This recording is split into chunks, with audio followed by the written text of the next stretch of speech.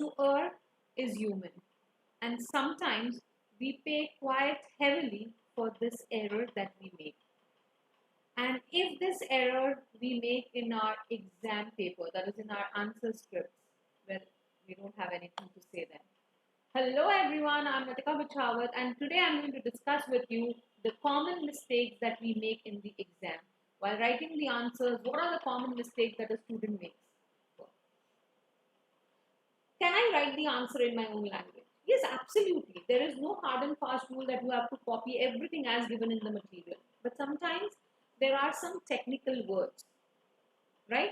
There are some technical words. So when you're writing the answer, at least make sure that you're not missing out on those technical words.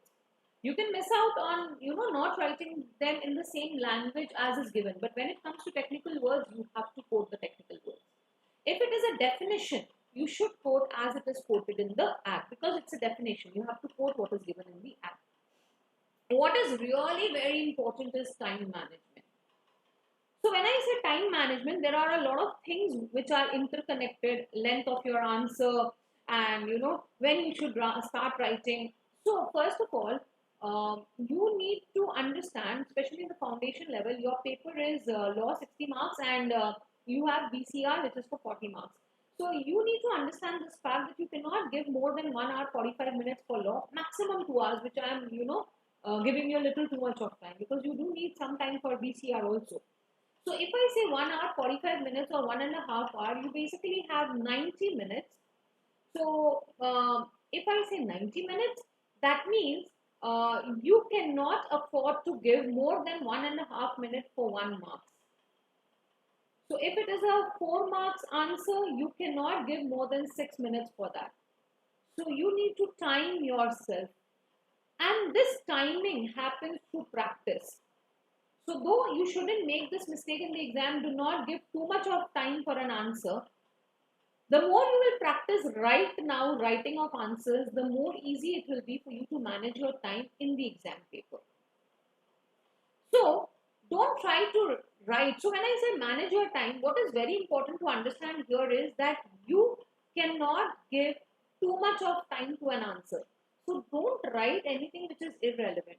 Many of you actually come up and ask, ma'am, what should be the length of my answer? Please understand, there is nothing like length. Whatever is required to be written for that answer, that has to be written. So if your answer, whatever is required is there in your answer and it is just coming up to 3/4 of the page, it's absolutely okay. The answer is most appropriate. You don't need to add just to increase. Please understand, this is not some, normal college exams that you're writing. It's a professional test. So they are not going to look into the quantity. It is about the quality of your answer. When to start writing? Some of us get super excited and the moment I get the paper, I just pick up the pen and you know what? I just start writing the answer. No. Please do not do that. Go through your paper very thoroughly.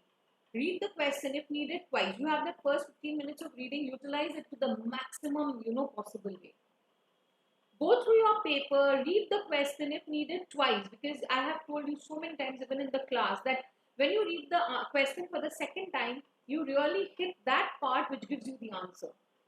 So please read it twice. Read the paper twice, thrice, as many times as is needed. But by the time you pick up your pen to write your answer, you are very sure about what is the answer and which questions you are going to attempt. So that once you start writing, you just put down your pen only once you are done writing the answers, all the answers. And you don't have to waste time in between thinking now which question should I approach, which question should I write, which I know, what should be written. You don't have to waste time on that.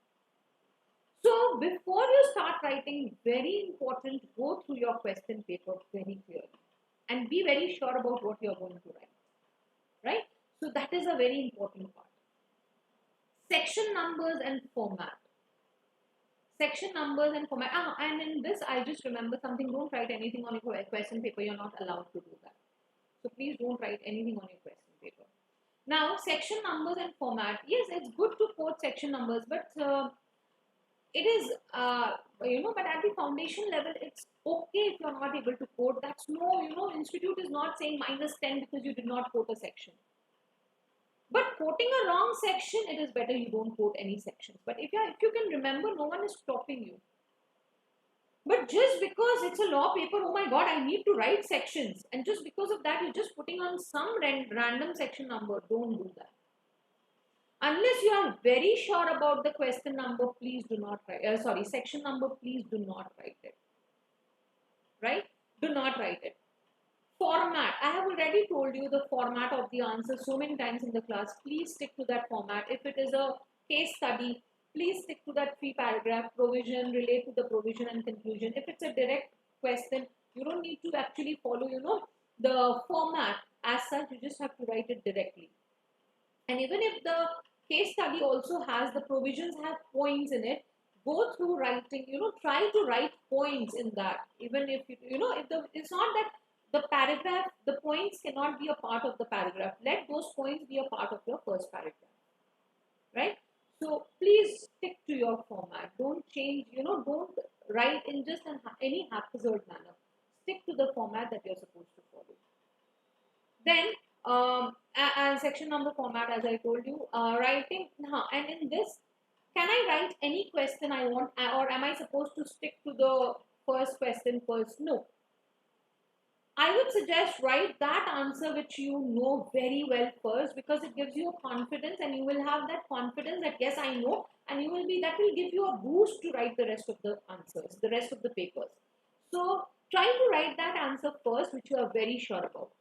So it is not necessary that you have to follow the order of the question paper. If you want to write question number 5 first, you go ahead and write question number 5 first. But when you write question number 5 first, you need to, write all the sub questions together. Don't write 5A, then 3B, and then, 2A, then 1C. No. If you're writing 5, you write all the subheads of 5 together before you move to the next question. So there is no order to be followed, but when you have taken up a question, you need to write all the relevant sub questions of that together. You only have one paper where you divide it into, law and BCR. So if you start with BCR, you first finish BCR. If you start with law, you first finish law.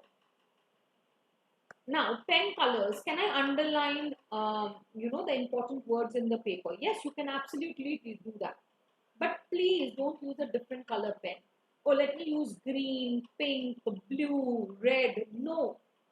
Whatever color you're supposed to write with black color, use black color, same pen to underline, or you can use a pencil. That's it. Don't use a different color pen to underline your keywords. And last and not the least, if the question is points question, prefer writing numbers 1, 2, 3, 4. Though bullets look very pretty, those arrows and bullets, they look very pretty to look at, So, but I am, as an examiner, the moment I see you've written 7 points, the first thing that clicks to me is, okay, you've written 7 points, right? Bullets are bullets. 2 bullets, 5 bullets, it's one and the same for me. I'm not going to sit and count. So, preferably write numbers and not bullets. I think I kind of covered everything here. Make sure you do not make these mistakes in the exam. All the best for your preparations, and I hope to see you soon again with some other tips for your exams. Thank you.